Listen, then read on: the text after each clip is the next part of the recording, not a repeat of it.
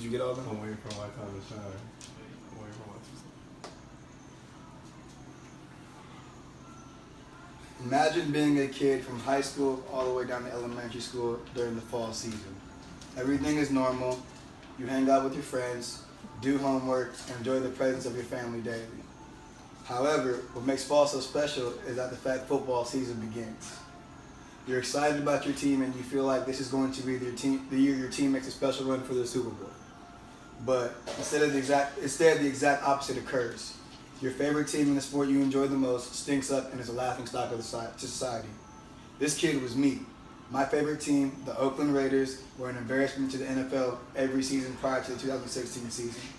Today I will discuss how they have transformed from the NFL's worst team to the #1 team in their division and conference.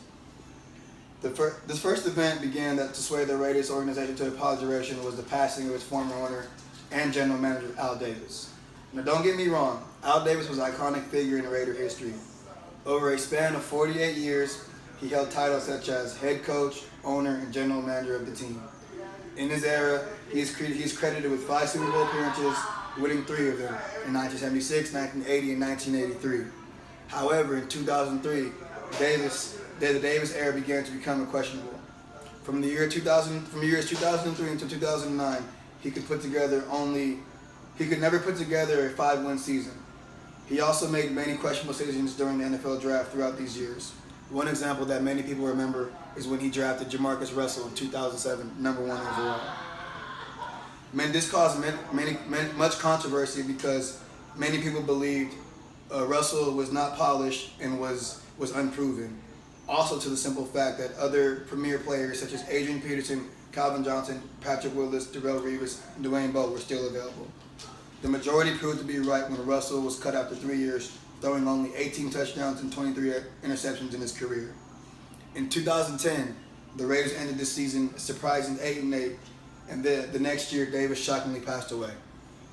Davis' successor, a man by the name of Reggie McKenzie, was the new general manager appointed for the Raiders.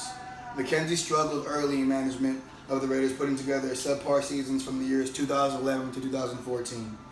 In 2015, the team showed a glimpse of its newfound success when it finished the season with a 7-9 record. This year, the success of the Oakland Raiders has become very evident. They own a magnificent record that shows a 10-2 in their win and loss column. With the remainder of 3 games in the regular season, McKenzie's genius has become valued. He put together a dominant offensive line that ranks #1 in the NFL with sacks allowed, and he is responsible for drafting Khalil Mack and Derek Carr.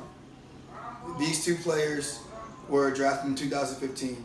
We can see their on-field production is well known around the NFL because Carr is a lead candidate for the league MVP, while Khalil Mack leads polls in all polls for Defensive Player of the Year.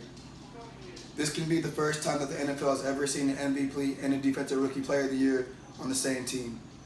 Reggie McKenzie's inheritance of the Raiders general manager position has transformed the team's status from being the worst team in the NFL and one of the most losingest franchises in the past decade to the #1 team in the AFC and the number 2 team overall in the NFL power rankings. Thank you for listening.